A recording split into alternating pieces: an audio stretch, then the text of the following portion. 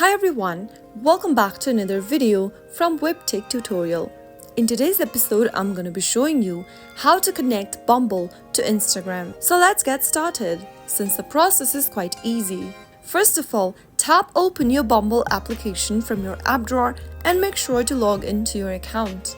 Now, from the main homepage, tap on your profile icon at the bottom left corner. From your profile page, tap on your picture at the top and tap on Edit Profile. Scroll all the way down from your profile page and get to Connected Accounts option. Simply tap on Connect your Instagram and enter your Instagram account's credentials in the text boxes. Start off by entering your phone number, username or email address, followed by your password for your Instagram account. Allow Instagram to use cookies and similar technologies on other apps and websites.